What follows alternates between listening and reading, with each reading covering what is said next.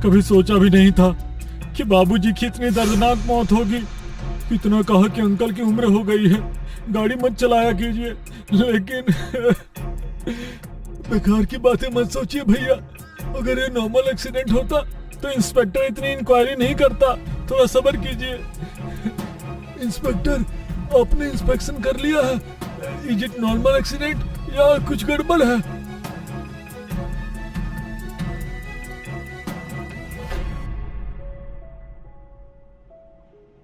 गड़बड़ है या नहीं, ये तो इन्वेस्टिगेशन के बाद ही पता चलेगा। फिलहाल इतना जान लीजिए कि कार की ब्रेक लाइन टूटी हुई है और इसी वजह से आपके पिताजी दयानंद जी का एक्सीडेंट हुआ। ये एक्सीडेंट नहीं है, मर्डर है। मारा गया है दादाजी को। 2 दिन पहले ही तो गाड़ी सर्विस होकर आई थी, ऐसे कैसे ब्रेक फेल हो सकते हैं? दीक्षा बेटा, ये तुम क्या कह रही हो? इंस्पेक्टर, ये मेरी बेटी दीक्षा है। ये अपने दादाजी से बहुत प्यार करती थी, इसीलिए कुछ भी बोल रही है। आप इसकी बातों पर। नहीं पापा, मैं कुछ भी नहीं बोल रही हूँ, सच बोल रही हूँ। दादाजी की कार 2 दिन पहले ही सर्विस होकर आई है, सब परफेक्ट था। बिलीव मी, उनका खून हुआ है।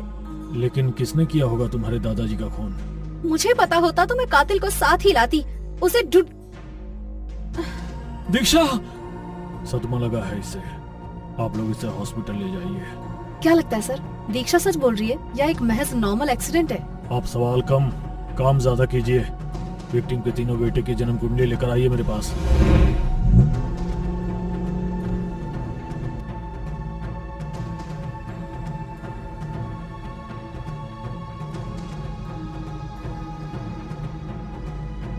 क्या पता चला? सर वो तो बता देती हूँ, लेकिन मुझे जानना है कि आपने एक्सीडेंट स्पॉट पर मुझसे इतना रूडली बात क्यों किया? आप तो ऐसे कभी नहीं करते। वहाँ मुझे प्रेशर लग गया था कामिनी जी। अगर तुम्हारे सवाल का जवाब देने रुकता तो मामला खराब हो जाता, पैंट गीली और पीली दोनों हो जाती, इसलिए छोटी बात करके निकल गया। अब जल्दी बताओ, क्या कहती है सबकी जन्म कुंडली? जी सर, दयानंद जी का कपड़ों का कारोबार है, लेकिन बढ़ती उम्र की वजह से 2-3 सालों से अपने धंधे पर ध्यान नहीं दे पा रहे थे, तो उनके बेटों ने धंधे की पूरी जिम्मेदारी अपने कंधों पर ले ली। ऐसा होते ही सब कुछ गड़बड़ हो गया। रतन, सुरेश और मेहुल धंधे को बराबर संभाल नहीं पा रहे थे। वो दूसरा धंधा करना चाहते थे, लेकिन दयानंद जी ने इसकी परमिशन नहीं दी। बेटों के फोर्स करने पर दयानंद जी ने उन्हें अपने बिजनेस और जायदाद से बेदखल करने की धमकी भी दे दी थी, जिससे तीनों बच्चे गुस्से में थे। मोटिव है सर। राइट, लेकिन मुद्दा यह है कि तीनों ने मिलकर अपने बाप को मारा है या किसी एक ने मौका देखकर चौका मारा है।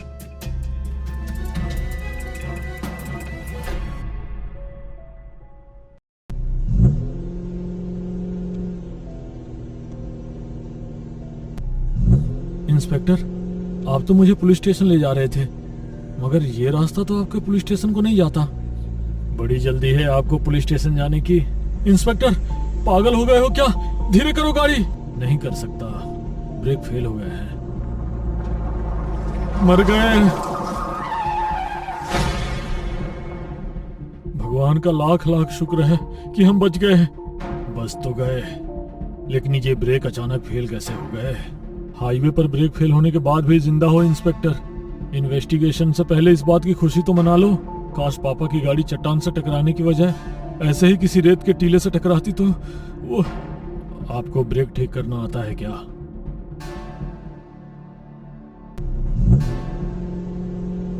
इंस्पेक्टर साहब, थोड़ा आराम से चलिए। सुरेश जी, आराम से ही चला रहा हूँ, लेकिन क्या करूं, गाड़ी के ब्रेक फेल हो गए हैं। ओह माय गॉड, आगे तो काली खाई है। सुरेश जी, हमें कूदना होगा।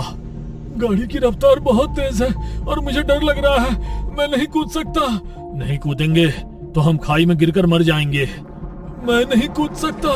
नहीं। बच गए, हम बच गए, हम बच गए। आपको ब्रेक ठीक करना आता है?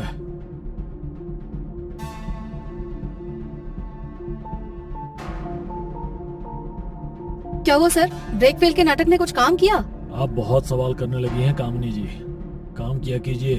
सर, बाथरूम में साबुन नहीं है, मेरे ड्रॉअर से लिक्विड सोप ले जाइए। Thank you.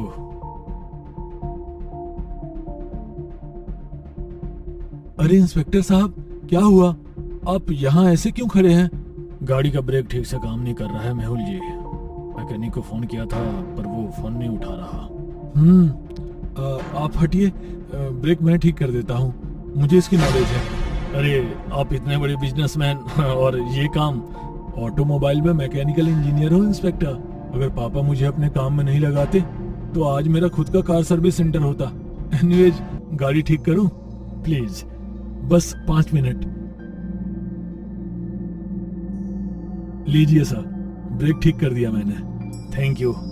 आपको तो सच में गाड़ी के बारे में बहुत कुछ पता है, इसलिए आपने अपने पिताजी की गाड़ी, जो कि 2 दिन पहले ही सर्विस कराई थी, उसके ब्रेक्स इतनी सफाई से फेल कर दिए। आपको फर्दर इन्वेस्टिगेशन के लिए पुलिस स्टेशन चलना होगा मिस्टर मेहुल।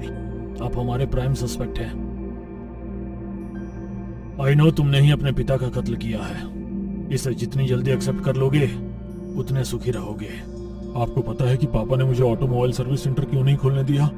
क्योंकि उन्हें लगता था कि मैं अपने दोनों बड़े भाइयों में सबसे ज्यादा काबिल हूँ और उनका बिजनेस आगे बढ़ा सकता हूँ। मैं वही कर रहा था, लेकिन दोनों बड़े भाइयों के जिद भरे डिसीजन से बिजनेस को चौपट कर रहे थे।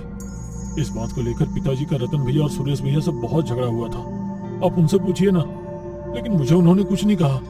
जितना प्यार वो मुझसे करते थे उतना ही मैं भी उनसे करता था। कामिनी जी, रतन और सुरेश को जल्दी बुलाइए, नहीं आए तो उठा कर ले आइए, लेकिन वो मुझे अभी पुलिस स्टेशन में चाहिए।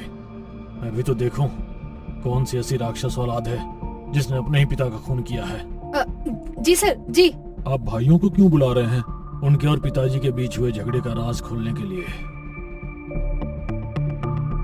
दादाजी, क्यों चले गए आप? आपकी बहुत याद आ रही है दादाजी। बेबी, दादाजी के खून में किसे पकड़ा गया? पुलिस इन्वेस्टिगेशन कर रही है, कुछ पता चलेगा तो बताऊंगी। अरे आप कब आई? कुछ पता चला? दादाजी की कार ब्रेक लाइन किसने कट की? अभी तक तो कुछ नहीं पता चला है। वैसे आपके पापा और बड़े चाचा सुरेश जी कहाँ हैं? उनका फोन नहीं लग रहा है। वो दोनों तो कारोबार के सिलसिले में शहर से बाहर गए हैं। ठीक है, आए तो पुलिस स्टेशन भेज देना। सर, रतन और सुरेश दोनों बिजनेस के चक्कर में शहर से बाहर गए हैं, लेकिन मुझे वहाँ एक चीज अजीब लगी। जब मैं वहाँ पहुँची तो दीक्षा किसी से हंस कर बात कर रही थी। है तो वो बच्ची ही, लेकिन मेरे सिक्स सेंस ने उस पर शक कर डाला। ये रही उसकी सीडीआर रिपोर्ट। एक कार और गेम ब्लॉगर है विक्की, उससे उसकी रोजाना बात होती है। शायद जब मैं वहाँ पहुँची थी तब भी वो उसी से बात कर रही थी। और एक्सीडेंट वाले दिन विक्की की मोबाइल की लोकेशन दयानंद के घर के आसपास की ही है। अगर ऐसा है तो हो सकता है दीक्षा हमसे माइंड गेम खेल रही है। ऐसा करो, रतन और सुरेश के आते ही दोनों को भी उठा लो। अब रोने से क्या फायदा? ये तो जुर्म करने से पहले सोचना चाहिए था। बताओ, क्यों मारा दयानंद जी को? मैं और विक्की एक दूसरे से बहुत प्यार करते हैं। दादाजी को ये बात पता चल गई थी। उन्होंने हमें दूर रहने की वार्निंग भी दी थी, जिसके कारण हम उनसे गुस्सा थे। उनकी वजह से ना तो हम एक दूसरे से बात कर पा रहे थे और ना ही मिल पा रहे थे। इस बात से चिढ़कर हम दोनों ने एक प्लान बनाया। उस दिन मैंने विक्की की डायरेक्शन में दादाजी की कार की ब्रेक लाइन और घर के फोन के वायर कट कर दिए। फिर प्लान के अनुसार जैसे ही दादाजी आए, विक्की, जो कि उस वक्त मेरे कमरे में ही था, वो वहाँ से निकला और दादाजी को देखकर शॉक्ड होने की एक्टिंग करके वहाँ से भाग गया। दादाजी कार लेकर उसके पीछे भागे, जिसके बाद वही हुआ जैसा सोचा था। एक्सीडेंट में दादाजी मर गए। मर नहीं गए, बल्कि मार दिया तुम दोनों ने। इंस्पेक्टर साहब, लगता है हमारी ही परवरिश में कोई कमी रह गई थी, जो मेरी बेटी ने ऐसा कुकर्म किया। इसे मेरी नजरों के सामने से ले जाइए, ले जाइए। रतन जी, हर चीज माँ बाप नहीं दे सकते। कुछ फैसले बच्चों के हाथ में भी होते हैं। आपकी बेटी गलत ट्रैक पर अपनी चॉइस से गई है, इसमें आपकी कोई गलती नहीं है।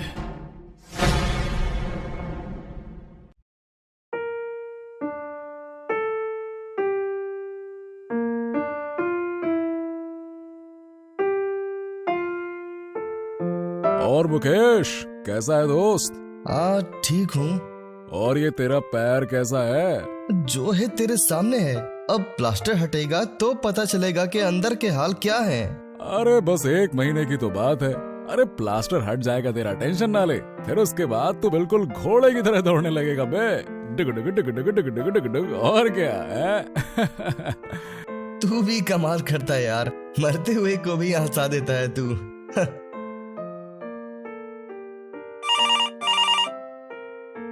अरे वो सब तो ठीक है यार, पर इस रंगीन रात में किस हसीना का फोन आ रहा है? और ये मोबाइल की जगह लैंडलाइन खनखना रहा है, क्यों भाई? पूछ कर बताता हूँ। हेलो, शर्म कर राक्षस है। अरे कुछ नहीं, ये जुगल बोल रहा था कि किसी हसीना का फोन है, पर निकला तू राक्षस। प्रमोद, अच्छा ठीक है, करता हूँ कुछ। अबे साले लंगड़ा नहीं होता तो आ जाता खुद ही। हाँ चल बाय, सोचने तो दे कुछ। अरे ये क्या बोल रहा था राक्षस, आ रहा है क्या? अरे नहीं यार, एक्चुअली 12 बजे उसकी मुंबई की फ्लाइट है। हमारे पर्सनल ट्रांजैक्शन के कुछ पैसे उससे लेने थे। अबे तो मुझसे ले लेना, मेरे पैसों को क्या दीमक लगा है? मुझसे ले ले बस। जब राक्षस वापस आ जाए तो मैं उससे ले लूंगा, सिंपल। अरे यार सिंपल ही तो नहीं है, अमाउंट बड़ा है, 2 करोड़ है, वो भी ब्लैक। मुझे एक नए स्टार्टअप में डालने हैं, इसीलिए अभी चाहिए। तू ला सकता है क्या? क्यों नहीं, अभी ले आता हूँ। ठीक है, तो मैं कॉल करके प्रमोद को बता देता हूँ कि तू पहुंच रहा है पैसे लेने।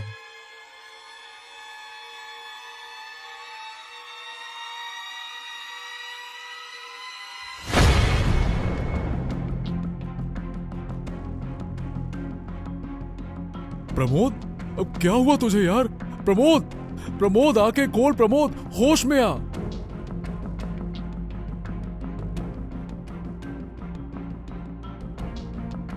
खून खून, सांप को मार दिया, मार दिया, खून खून।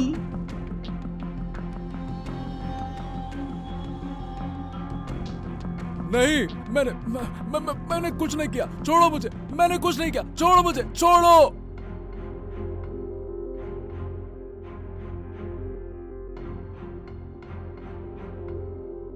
हाँ तो भैया रामू, थोड़ा आगे आओ, आगे आओ, आगे आओ। हाँ अब बताओ, क्या देखा तुमने?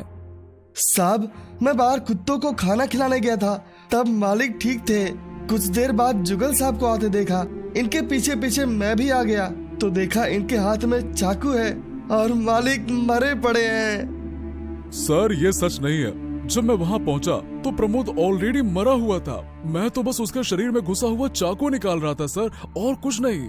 साहब मालिक के बिजनेस में 3 पार्टनर हैं, ये हैं और 2 और हैं। इन सब की मीटिंग भी यही हुई थी, जिसमें मालिक और इनकी पैसों को लेकर बहुत लड़ाई हुई थी।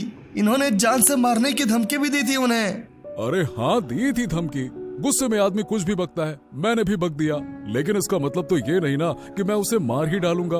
वैसे भी मुझसे ज्यादा झगड़ा प्रमोद का मुकेश और विक्रम से हुआ था सर। लेकिन जुगल साहब, आप प्रमोद से मिलने क्यों गए थे? मैं मिलने नहीं बल्कि मुकेश के पैसे पिक करने वहाँ गया था सर। मुकेश के पैर में प्लास्टर है इसलिए।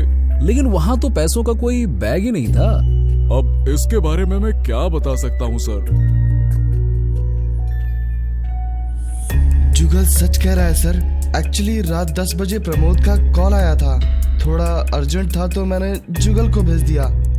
मिस्टर मुकेश और मिस्टर विक्रम, देखिए मुझे पता चला है कि आप दोनों से प्रमोद का बड़ा झगड़ा हुआ था, तो जरा आप इस पर थोड़ा रोशनी डाल देंगे तो अच्छा होगा। बताइए।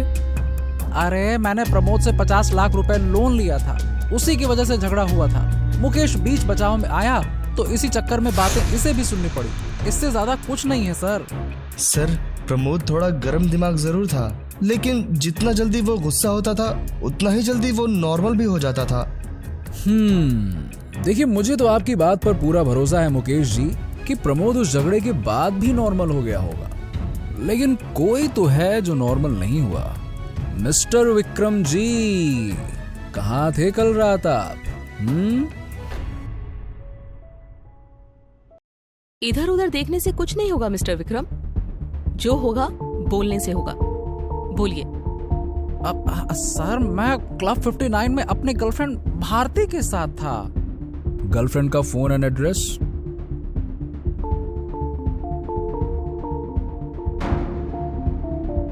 सर विक्रम सच बोल रहा है। वो रात 8 से आधी रात 12 बजे तक भारती के साथ बिजली क्लब में ही था। मैंने क्लब के सीसीटीवी फुटेज चेक की है सर, लेकिन उसकी सीडीआर से पता चला है कि उसने प्रमोद को करीब 9 बजे कॉल किया था। कामिनी जी, इतना काफी है उससे मुलाकात करने के लिए। चलिए।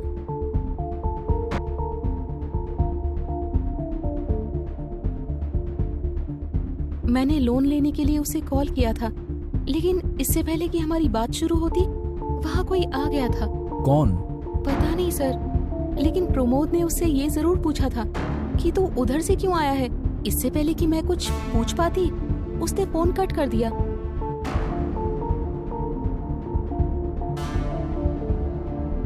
सर, विक्टिम प्रमोद की पोस्टमार्टम रिपोर्ट आ गई।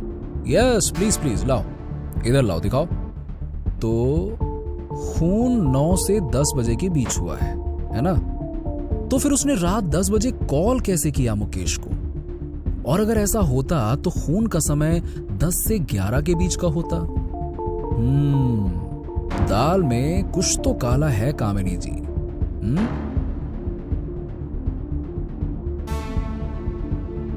सर, फोन की घंटी बज रही है।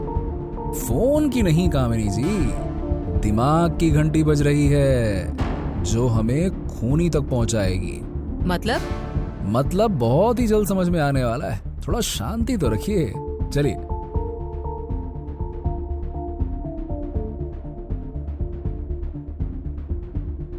कहिए इंस्पेक्टर, क्या जानना है आपको? अरे जानना वानना कुछ नहीं है मुकेश जी, सब पता है हमको। हम तो खाली आपको एक इन्फॉर्मेशन देने आए हैं, बस। कैसी इन्फॉर्मेशन? देखिए, ऐसा है मुकेश जी कि जिस परिस्थिति में प्रमोद का खून हुआ है ना, उसके हिसाब से मुझे लगता है कि आप तीनों में से किसी और का भी मरना तय है। इसलिए थोड़ा संभल कर, है ना? चलिए। और हाँ, अरे जुगल भी तो जमानत पर बाहर ही है। चलिए, चलते हैं हम फिर। थैंक यू इंस्पेक्टर, इन्फॉर्म करने के लिए।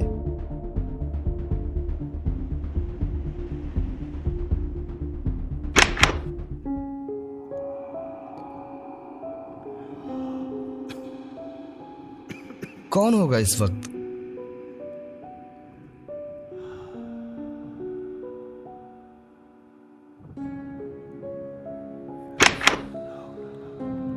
जुगल, तुम? तूने प्रमोद का कत्ल क्यों किया मुकेश? मैं कत्ल क्यों करूंगा? तुम्हें तो पता है, मैं तो उसके घर गया भी नहीं। तुम झूठ बोल रहे हो मुकेश। विक्रम, तुम दोनों पागल हो गए हो क्या? अरे पागल तो तुम हो गए हो पैसों के लिए, और इसीलिए तुमने प्रमोद को मार डाला। लेकिन इससे पहले कि तुम हमें मारो, हम तुम्हें मार डालेंगे। ये क्या कह रहे हो तुम दोनों यार? हम दोस्त हैं, बिजनेस पार्टनर हैं।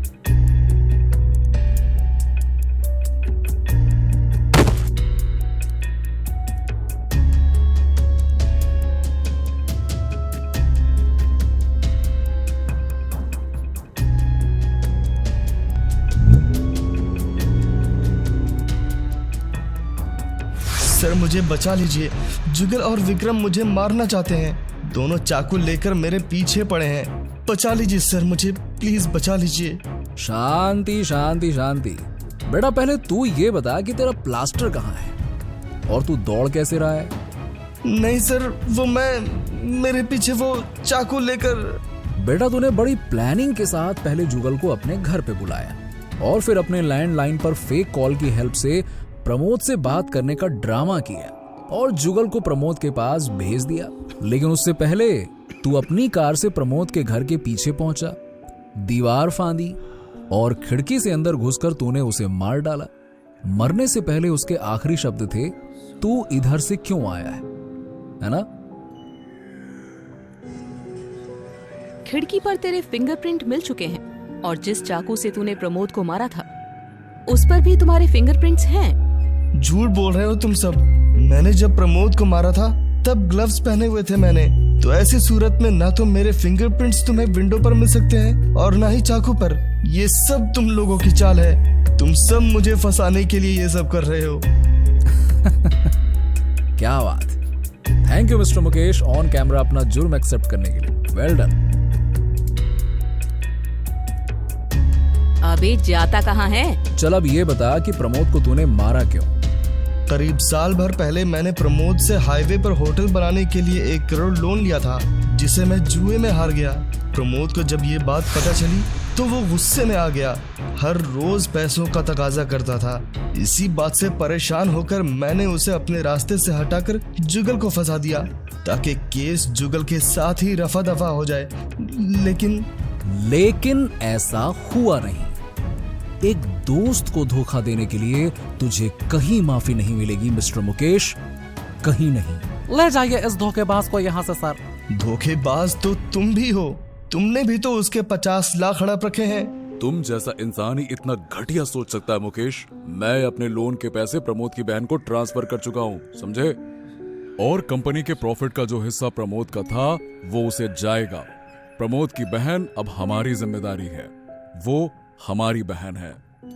बिल्कुल सही कहा, बहुत बढ़िया यार। दोस्त और पार्टनर अगर हो ना तो तुम दोनों जैसा। चलो ख्याल रखना। रोनी और जेनी पुलिस स्टेशन जाते हैं इंस्पेक्टर राठौर के पास। Sir, I need your help sir, please हमारी मदद कीजिए, प्लीज सर। मदद?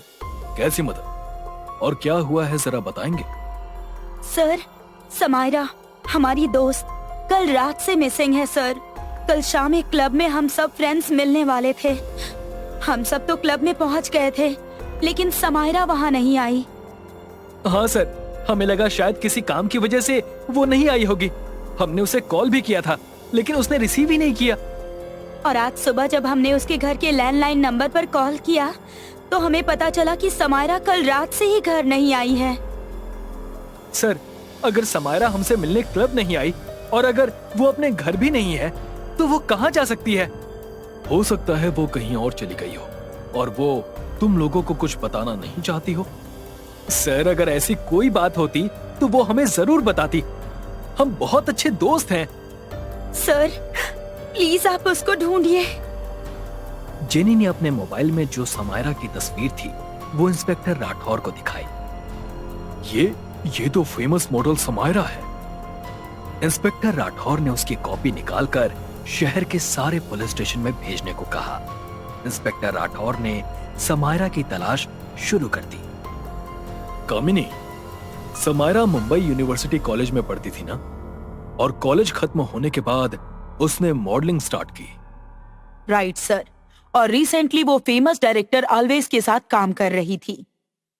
कामिनी और इंस्पेक्टर राठौर ने समायरा के साथ कॉलेज में जाकर इंक्वायरी की। कॉलेज के प्रिंसिपल से उन्हें कुछ खास जानकारी नहीं मिली। फिर वो सीधे डायरेक्टर ऑलवेज के पास गए। हेलो इंस्पेक्टर राठौर, कहिए कैसे याद किया हमें? अब आपने याद किया है तो कोई ना कोई खास वजह तो जरूर होगी। Am I right, inspector? वजह तो है मिस्टर ऑलवेज। हमें इंफॉर्मेशन मिली है कि मॉडल समायरा आपके साथ काम करती है। और यस, वो मेरे साथ ही काम करती है, लेकिन वो 2 दिन से स्टूडियो आई ही नहीं है। मेरा तो दिमाग खराब हो गया है उसे कॉल करते करते। मेरी शूटिंग रुकी हुई है, मेरा कितना नुकसान हो रहा है पता नहीं सर। अगर इन लड़कियों को काम नहीं करना होता है तो इस इंडस्ट्री में आती ही क्यों है? लेकिन समायरा के बारे में आप क्यों पूछ रहे हैं? सब ठीक तो है ना? वेल, अब तक तो सब ठीक नहीं है। समायरा की मिसिंग होने की कंप्लेन आई है हमारे पास। समायरा मिसिंग है, इसीलिए वो शूट के लिए नहीं आई? ओह गॉड! सर प्लीज समायरा को जल्द से जल्द ढूंढिए।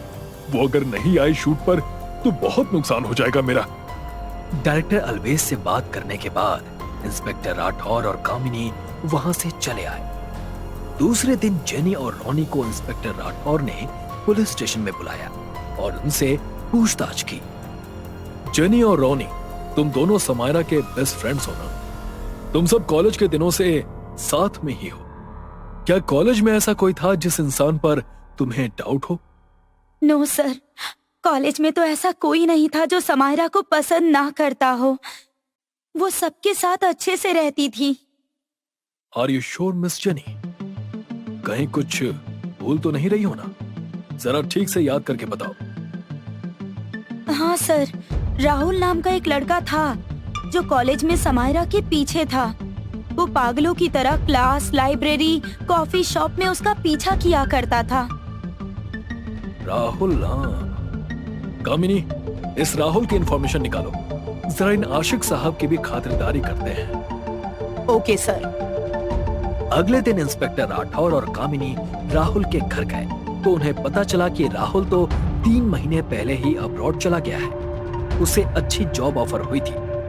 इस केस में उलझने बढ़ती जा रही थी। कामिनी के मोबाइल पर एक कॉल आता है। हेलो, हाँ, ओके, हम पहुंच रहे हैं। सर, जंगल में एक लड़की की लाश मिली है, हमें फौरन वहां जाना होगा। इंस्पेक्टर राठौर और कामिनी वारदात की जगह पहुंचे। वहां समायरा की लाश पड़ी थी। उसके सर पर गहरे घाव के निशान थे। रॉनी और जेनी भी वहां पहुंच गए। ये क्या हो गया समायरा? तू हमें छोड़कर नहीं जा सकती। सर, ये सब किसने किया? आप कुछ भी कीजिए सर, लेकिन समायरा के गुनहगार को पकड़िए और उसे सख्त से सख्त सजा दीजिए। समायरा की मौत के बाद यह केस और भी पेचीदा हो गया था।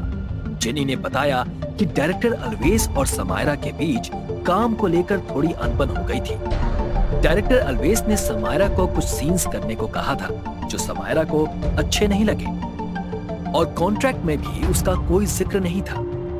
इसीलिए उन दोनों के बीच में अनबन हो गई थी। शायद उसी का बदला लेने के लिए उन्होंने समायरा को मारा होगा। जेनी की इंफॉर्मेशन देने के बाद इंस्पेक्टर राठौर और कामिनी डायरेक्टर अलवेज के पास गए। हेलो सर, आप फिर यहाँ? समायरा का कुछ पता चला सर? इंस्पेक्टर राठौर और कामिनी अलवेज को शक भरी निगाह से देख रहे थे। क्या हुआ सर? आप मुझे ऐसे क्यों देख रहे हैं? कोई प्रॉब्लम हुई है क्या? आपको तो डायरेक्टर के साथ साथ एक्टर भी होना चाहिए था, क्योंकि एक्टिंग बड़ी कमाल की करते हैं आप। एक्टिंग? मैं कुछ समझा नहीं सर। सब कुछ समझ में आ जाएगा। जरा ये तो बताइए कि आपकी और समायरा की कौन सी बात पर बहस हुई थी? बहस? नहीं तो, ऐसी कोई बात नहीं है। हमारी छोटी सी लड़ाई हुई थी। एक्चुअली शूट में कुछ सीन समायरा को नहीं करने थे, लेकिन मुझे वो सीन शूट करवाने थे क्योंकि उस सीन से व्यूअर्स बढ़ते। तो उसी बात को लेकर हमारा झगड़ा हुआ था। लेकिन ऐसी बातें तो हर रोज हमारी इंडस्ट्री में होती हैं। अब इसके लिए भला कोई किसी का खून तो नहीं कर सकता ना। डायरेक्टर अलवेज की बात सुनकर इंस्पेक्टर राठौर और कामिनी वहां से चले गए। 3 दिन बाद इंस्पेक्टर राठौर को एक खबर मिली कि शहर से लड़कियां गायब हो रही हैं। तभी हवलदार एक सीसीटीवी की फुटेज लेकर इंस्पेक्टर राठौर के पास आया। उस फुटेज को देखने के बाद इंस्पेक्टर राठौर सारी बात समझ गए। अब सारी बात आप बताओगे या हम अपने तरीके से पूछें? हाँ सर, ये बात सच है कि मैं गर्ल सेलिंग रैकेट के लिए काम करता हूँ। लड़कियों को मॉडलिंग के नाम पर फंसाता था और उन्हें बाहरी देशों में बेचता था। लड़कियां भी अच्छे काम के लालच में आउट ऑफ इंडिया जाने के लिए तैयार हो जाती थी।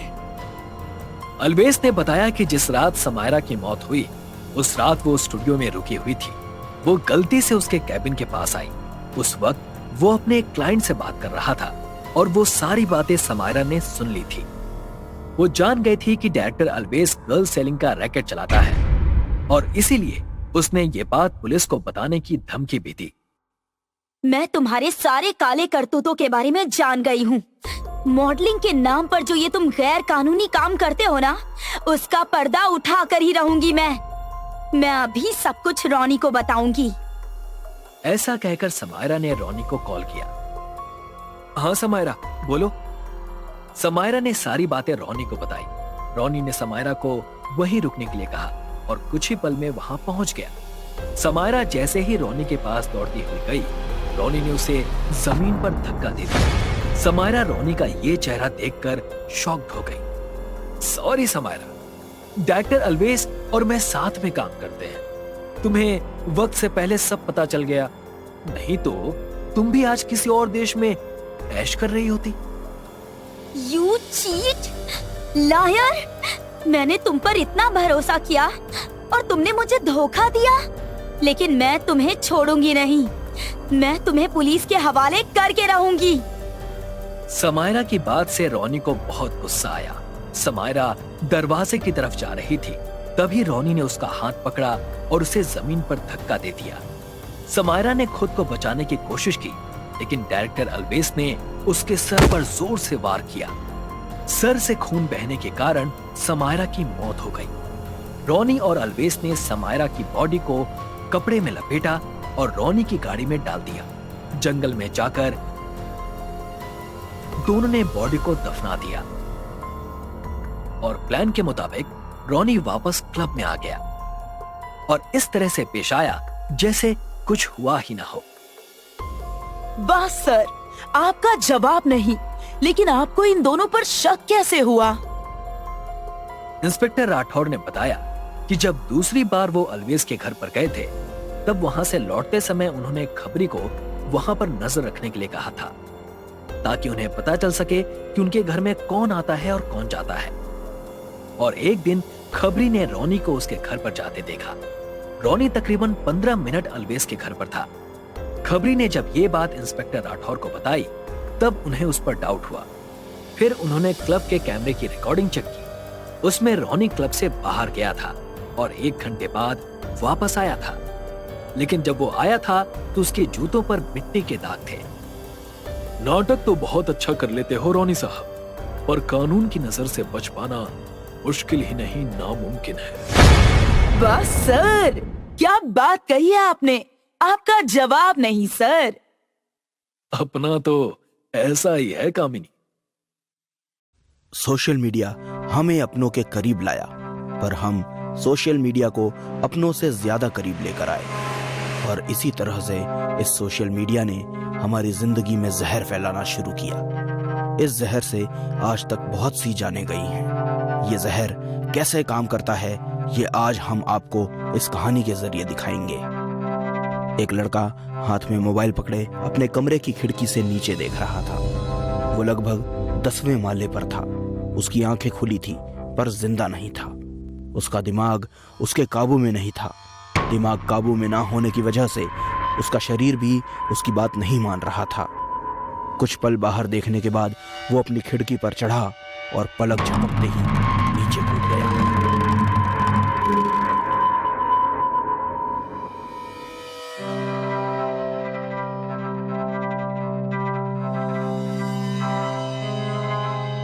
इस हादसे के 2 रात बाद मयूर अपने कमरे में अकेला बैठा था। उसे इस हादसे के बारे में कुछ खबर नहीं थी। उसे बड़ी बेचैनी सी महसूस होने लगी। उसने एक नजर अपने मोबाइल की ओर देखा और एक पक्का इरादा करके उठकर अपने कमरे की सारी खिड़कियां और दरवाजा बंद कर दिया। सब बंद करने के बाद उसने तुरंत अपना मोबाइल लिया और किसी को कॉल लगाया। मुझे अब वीडियो कॉल सर्विस चाहिए, मुझसे अब रहा नहीं जा रहा। ठीक है बेबी, मैं अभी तुम्हें वीडियो कॉल करती हूँ, पर पहले तुम पेमेंट तो करो। 1 घंटे की वीडियो कॉल के कितने होंगे? 1 घंटे के 1000 होंगे बेबी। ठीक है, मैं अभी पे करता हूँ। पेमेंट होते ही मुझे बता देना, फिर मैं तुम्हें जन्नत दिखाऊंगी। मयूर ने कॉल कट कर दी और झट से ऑनलाइन 1000 का पेमेंट उस लड़की के अकाउंट में कर दिया। पेमेंट होते ही मयूर ने फिर उस लड़की को कॉल किया। पेमेंट कर दिया है, देख लो। आ गया मयूर बेबी। अब शुरू करो। और हाँ, मुझे सब देखना है। हाँ, पूरा दिखाऊंगी बेबी, सब एकदम प्यार से और नजदीक से दिखाऊंगी, पर उसके लिए मुझे ये कॉल कट करनी पड़ेगी। हाँ ठीक है।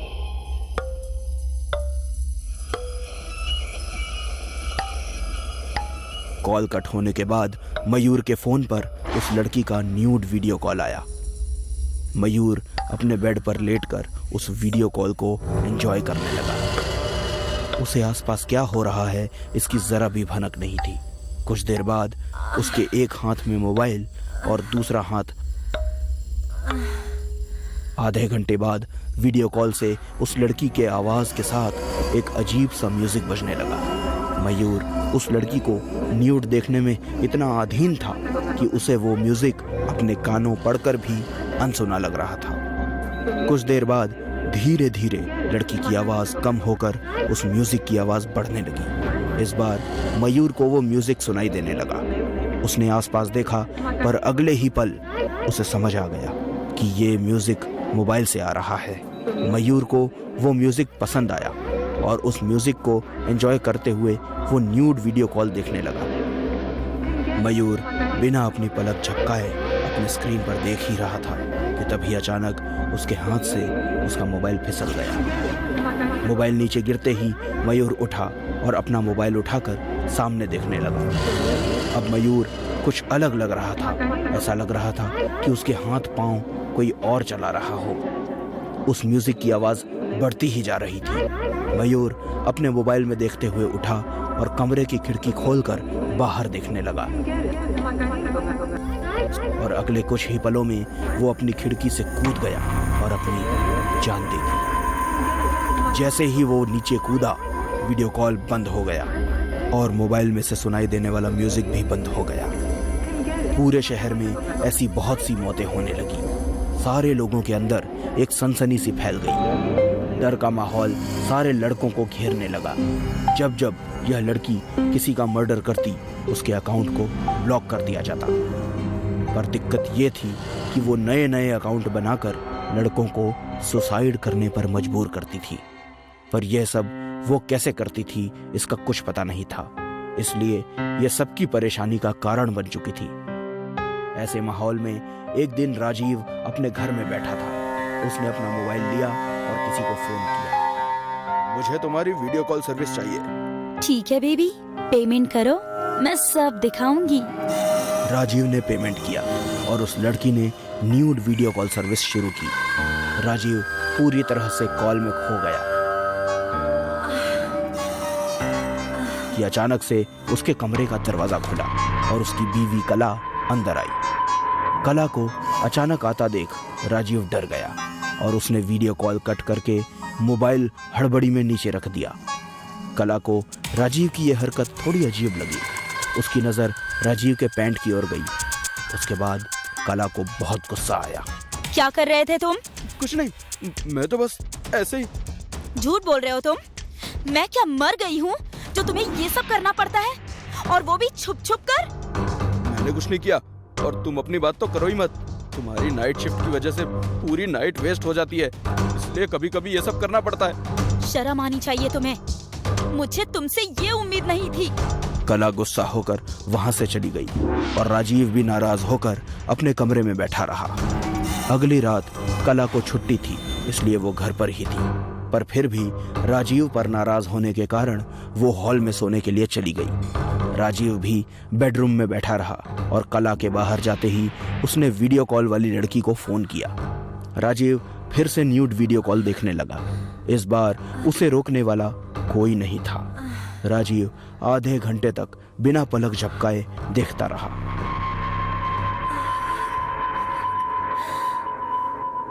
अचानक राजीव को वो धुन सुनाई देने लगी। वो धुन के साथ उस कॉल को और भी एंजॉय करने लगा। धुन की आवाज बहुत बढ़ गई। इसी दौरान राजीव अपना आपा खो बैठा और उसने पास में पड़ा हुआ चाकू उठाया। उसकी नजर अब भी वीडियो कॉल पर थी और हाथ में चाकू। अगले ही पल उसने चाकू अपने सीने में घुसाने के लिए अपना हाथ उठाया। जैसे ही उसने अपना हाथ उठाया, किसी ने उसका हाथ रोक दिया। कला ने राजीव को जोर से एक थप्पड़ मारा। उस थप्पड़ की वजह से राजीव उस मौत की धुन से बाहर आया। अपने हाथ में चाकू देखकर वो बहुत डर गया। ये सब क्या हो रहा है कला? मैं क्या करने वाला था? तुम अपने आप को मारने जा रहे थे? अच्छा हुआ तुम सही वक्त पर आ गई, वरना मैं तो आज मर ही जाता। लेकिन तुम्हें कैसे पता चला कि मैं क्या कर रहा हूँ? मैं हॉल में सो रही थी, तभी मेरे कानों में अजीब सी धुन पड़ी। इसीलिए क्या हो रहा है ये देखने के लिए मैं यहाँ आई। लगता है इसी धुन की वजह से ये सब कुछ हो रहा है। देखो अब तक ये धुन और वीडियो कॉल चालू है। मेरे पास एक प्लान है। हम इस लड़की को पकड़ सकते हैं। तुम अपने कान बंद करो। मुझे लगता है ये धुन औरतों पर असर नहीं करती। कला भागती हुई और जल्दी से अपना लैपटॉप लेकर। ये क्या कर रही हो? जब तक ये कॉल चालू है मैं इसे हैक करने की कोशिश करती हूँ। इससे हमें इस लड़की के लोकेशन का पता चल जाएगा। थोड़ी देर में कला ने उस लड़की का लोकेशन पता कर लिया और वो थोड़ी घबरा गई। ये लोकेशन तो हमारे पास ही है। चलो, आज उसे छोड़ेंगे नहीं। कला और राजीव उस लोकेशन पर पहुंचे। वो चुपके से अंदर गए, पर जैसे ही उन्होंने लाइट ऑन की, उन्हें वो लड़की दिखी, पर वो बंधी हुई हालत में थी। और इतने में उन्होंने किसी को भागते हुए देखा। कला ने उस लड़की को आजाद किया और इस सब के बारे में पूछने लगी। ये सब क्या है? तुम सब मर्दों के जान के पीछे क्यों पड़ी हो? मैंने कुछ नहीं किया। ये सब मेरे बॉयफ्रेंड का किया कराया है। उसने मेरा न्यूड फोटो शूट किया और अब मुझे ब्लैकमेल करके मुझसे सबको न्यूड वीडियो कॉल्स करवाता है। और वो धुन, उसका क्या जवाब है तुम्हारे पास? वो भी उसी ने बनाई थी। वो पहले मेरा न्यूड वीडियो कॉल चलाता, फिर कुछ देर बाद उस धुन को सुनाकर लोगों से सुसाइड करवाता। पर क्यों? पैसों के लिए। वो वीडियो कॉल के बहाने उनके सुसाइड रिकॉर्ड करता था और ऊंचे दामों पर डार्क नेट पर बेच देता था। इसमें मेरी कोई गलती नहीं है। हाँ, समझ गए। तुम फिक्र मत करो। राजीव और कला उस लड़की को तो वहां से ले गए, पर उसका वो बॉयफ्रेंड अब भी आजाद था। इसलिए खतरा थोड़ी देर के लिए टल जरूर गया था, लेकिन खत्म नहीं हुआ था। रात का समय था। डैनियल खाना खा के अपने कमरे में चला गया। उसके हाथ में एक टेडी था जिसे वो टीटू के नाम से बुला रहा था। डैनियल की उम्र 24 साल की थी, लेकिन उसका दिमाग एक 10 साल के बच्चे की तरह था। टीटू, मैंने ना आज पेट भर के खाना खाया। तुमने खाया ना? आज तो कुक अंकल ने बहुत अच्छा खाना बनाया था। तभी डैनियल के पापा मैथ्यू वहाँ आ जाते हैं। वो डैनियल को कुछ गोलियां देते हैं जिससे उसकी दिमागी हालत में सुधार आ जाए। बेटा डैनियल, जल्दी से ये मेडिसिन फिनिश करो। चलो, you are a good boy ना? नो पापा, वो दवाई बहुत कड़वी है, मुझे बिल्कुल पसंद नहीं। उसे खाने से मेरे सर में दर्द होने लगता है। डैनियल दवाई लेने के लिए तैयार नहीं था, लेकिन मैथ्यू ने उसे समझाया और दवाई खिलाई। मैथ्यू डैनियल का बहुत ख्याल रखता, लेकिन ये बात मैथ्यू का दूसरा बेटा एरिक को बिल्कुल पसंद नहीं थी। वो डैनियल से हमेशा जलता रहता। उसे ऐसा लगता जैसे डैनियल की वजह से उसके पापा उस पर ध्यान नहीं देते हैं। डैनियल का एक डॉगी भी था। डैनियल हमेशा उसको अपने साथ रखता। एक दिन एरिक अपने रूम में ड्राइंग कर रहा था। डैनियल खेलते खेलते उसके कमरे में पहुंच गया। तुम ये क्या कर रहे हो? मुझसे बिना पूछे तुम अंदर कैसे आए? I'm sorry एरिक भाई, I'm sorry। डैनियल एरिक से माफी मांग रहा था, लेकिन एरिक ने उसे धक्का दे दिया और सामने रखे रंग उस पेंटिंग पर उड़ गए। इस बात से एरिक और भी गुस्सा हो गया और डैनियल को रूम से बाहर निकाल दिया। डैनियल रोते रोते अपने कमरे में चला गया। एरिक को डैनियल पर बहुत गुस्सा आ रहा था। उसी रात डैनियल खाना खा के अपने कमरे में चला गया।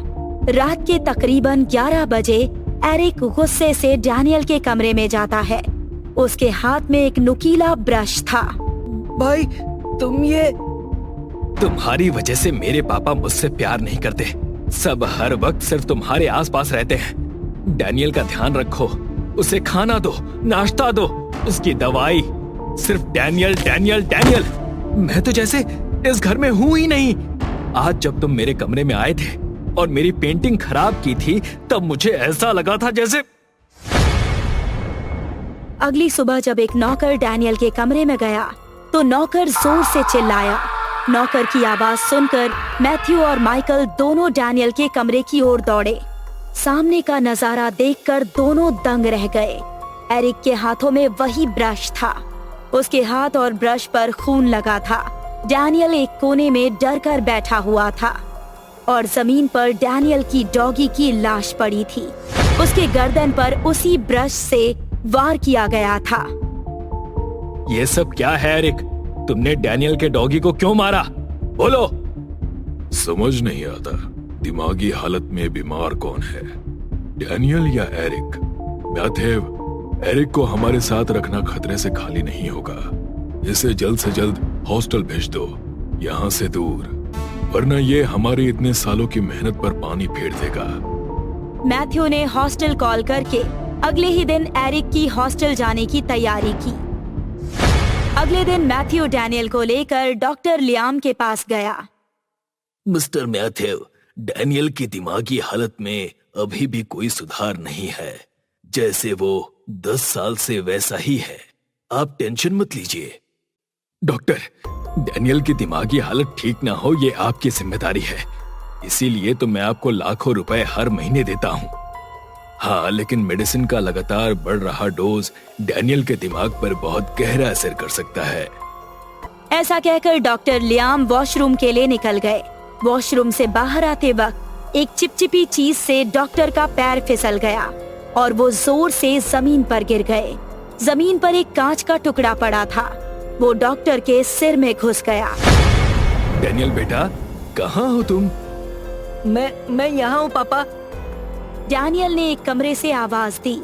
डैनियल उस केबिन में डॉक्टर थेटेस्कोप, मास्क, इंजेक्शन, कैंची, इन्हीं सब चीजों के साथ खेल रहा था। मैथ्यू उसे अपने साथ लेकर घर गया। अगले दिन डॉक्टर की एक एक्सीडेंट में मौत होने की खबर छपी। इंस्पेक्टर राठौड़ और कामिनी हॉस्पिटल पहुंचे इन्वेस्टिगेशन के लिए। सर, देखने में तो ऐसा लग रहा है कि जमीन पर गिरने की वजह से ये मौत हुई है। आसपास कुछ ऐसा नजर नहीं आ रहा है जिससे किसी पर शक हो। दिखने में तो ये एक एक्सीडेंट लग रहा है, लेकिन ये चिकनी सी चीज यहाँ आई कैसे, जबकि बाकी का सारा वॉशरूम फ्लोर क्लीन है। कुछ तो है। कामिनी, बॉडी को पोस्टमार्टम के लिए भेज दो और इस हॉस्पिटल के सीसीटीवी फुटेज मुझे चाहिए। Okay sir. मैथ्यू को टेंशन होने लगी कि अब डैनियल का इलाज कहाँ होगा और कौन करेगा। मैथ्यू, डैनियल हमारे लिए कितना जरूरी है ये तुम जानते ही हो। जल्द से जल्द उसका कोई इंतजाम करो। डैनियल माइकल से बहुत डरता था, क्योंकि माइकल सबके साथ बहुत स्ट्रिक्टली पेश आता था। डैनियल को समझने वाला, उससे प्यार से बात करने वाला और कोई नहीं था। मैथ्यू अगले दिन कुछ काम से शहर के बाहर गया था। घर के सारे नौकर भी अपना अपना काम खत्म करके चले गए थे। डैनियल भी अपने टेडी के साथ सो रहा था। थोड़ी देर में किचन से कांच के ग्लास की टूटने की आवाज आई। उस आवाज से माइकल की नींद टूट गई। माइकल अपने कमरे से बाहर आया। माइकल ने अपने मोबाइल की टॉर्च जलाई। कौन है वहाँ? माइकल किचन से बाहर आया और उसने सामने जो देखा। तुम यहाँ क्या कर रहे हो? तुम तो आधी रात को मैथ्यू घर पहुंचा। अंदर जाते ही उसने जो देखा, मानो वो वहीं सुन्न हो गया हो। सामने डैनियल सोफे पर बैठा था। उसके पैरों के पास माइकल की लाश पड़ी थी और डैनियल हाथ में रखे चाकू से खेल रहा था। डैनियल एक साइको की तरह बात कर रहा था। हेलो पापा, आप आ गए? ये आपके लिए सरप्राइज है पापा। देखिए, माइकल अंकल हमेशा आपको डांटते थे ना, आज मैंने उनकी आवाज हमेशा के लिए बंद कर दी और अब आपकी बारी है पापा। मैथ्यू चिल्लाकर कहता है। डैनियल, तुम पागल हो गए हो क्या? ये सब क्या कर रहे हो? डैनियल ने गुस्से से मैथ्यू की तरफ देखा और बाजू में रखे फ्लावर पॉट मैथ्यू के सर पर मारा। मैथ्यू बेहोश होकर नीचे गिर गया। डैनियल ने चाकू से मैथ्यू पर वार किया। मैथ्यू को जब होश आता है तो वो हॉस्पिटल में होता है और सामने इंस्पेक्टर राठौड़ और कामिनी थे। हेलो मिस्टर मैथ्यू, अब कैसा लग रहा है? मैं यहाँ कैसे? और डैनियल कहाँ है? उसने मुझे मारना चाहा, वो पागल हो गया है। हाँ, आपके सारे सवालों के जवाब आपको और हमें जल्द ही मिल जाएंगे। इंस्पेक्टर राठौड़ और कामिनी मैथ्यू को पुलिस स्टेशन लेकर गए। वहाँ डैनियल को एक कुर्सी से बांधा गया था। हवलदार लालू पटेल उसके साथ खड़े थे। इंस्पेक्टर राठौड़ डैनियल के पास गए। बताओ, क्यों मारना चाहते थे अपने पापा को? मैं जानता हूँ डॉक्टर लियम को भी तुमने ही मारा है।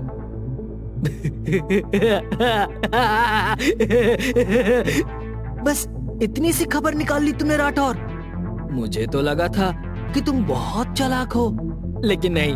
अब सुनो, मेरे डॉगी को भी मैंने ही मारा था। डैनियल ने बताया कि जब एरिक गुस्से में उसके कमरे में आया था और उसे मारने की कोशिश की थी, तब डैनियल ने उसे जोर से धक्का दिया और उसे जमीन पर गिरा दिया। क्या हुआ एरिक भाई? आप जमीन पर कैसे गिर गए? आपको तो मुझे मारने का मन हो रहा है ना? मैं बताऊं? आपके मन में मुझे ऐसे मारने का ख्याल आ रहा है ना? ऐसे मारने का? और डॉक्टर लियम को कैसे मारा? डॉक्टर लियम को मारना मेरे लिए बहुत आसान था। जब वो मुझे चेक कर रहे थे, तब मैंने घड़ी देखी थी। उनके ब्रेकफास्ट में 10 मिनट बाकी थे। मैं जानता था कि ब्रेकफास्ट से पहले डॉक्टर लियम वॉशरूम जरूर जाएंगे फ्रेश होने के लिए। इसीलिए जब वो मेरे प्यारे पापा से बात कर रहे थे, तब मैं वहां से निकलकर पहले वॉशरूम गया और वहां फ्लोर क्लीन करने के लिए जो चिपचिपा लिक्विड था, वो मैंने जमीन पर डाल दिया। डॉक्टर लियम जैसे ही वॉशरूम में गए, उनका पैर फिसला और वो गिरकर मर गए। अपने बड़े पापा को भी मैंने ही मारा था। लेकिन तुम ये सब कर क्यों रहे हो? क्योंकि सब मुझे अपने हिसाब से चलाते हैं, जो कि मुझे बिल्कुल पसंद नहीं था। मेरे पापा और बड़े पापा ने मुझे सिर्फ इसलिए जिंदा रखा क्योंकि सारी प्रॉपर्टी मेरे नाम है। मुझे पागल बनाने की कोशिश की ताकि सारे डिसीजन लेने की अथॉरिटी उन्हें मिल जाए, और मुझे पागल करने में डॉक्टर लियम ने इनका साथ दिया। इसीलिए मैंने सबको मार डाला। डैनियल की बात सुन राठौर ने डैनियल के पिता को गिरफ्तार कर लिया और साथ ही डैनियल को एक साइकियाट्रिक के हवाले कर दिया। वाह सर, आपने तो कमाल कर दिया। लेकिन सर, आपको इस पर शक कैसे हुआ? राठौर ने बताया कि जब उसने हॉस्पिटल के सीसीटीवी फुटेज को चेक किया, तब डैनियल से पहले एक कर्मचारी वॉशरूम को साफ करके बाहर निकला था और उसके बाद डैनियल वहां गया। अंदर जाते वक्त तो वो एक बच्चे की तरह लगा, लेकिन बाहर आते वक्त उसके ताव बदल चुके थे। और उसके बाद डॉक्टर लियाम वॉशरूम गए और जब मैंने सफाई कर्मचारी से बात की तो उसने बताया कि उसने सफाई अच्छे से की थी, लेकिन पता नहीं वहाँ पर वो चिपचिपा लिक्विड कहाँ से आ गया। बस तभी मेरा शक डैनियल की तरफ गया और मैंने उस पर नजर रखनी शुरू कर दी। वाह सर, आपका जवाब नहीं। अपना तो ऐसा ही है कामिनी।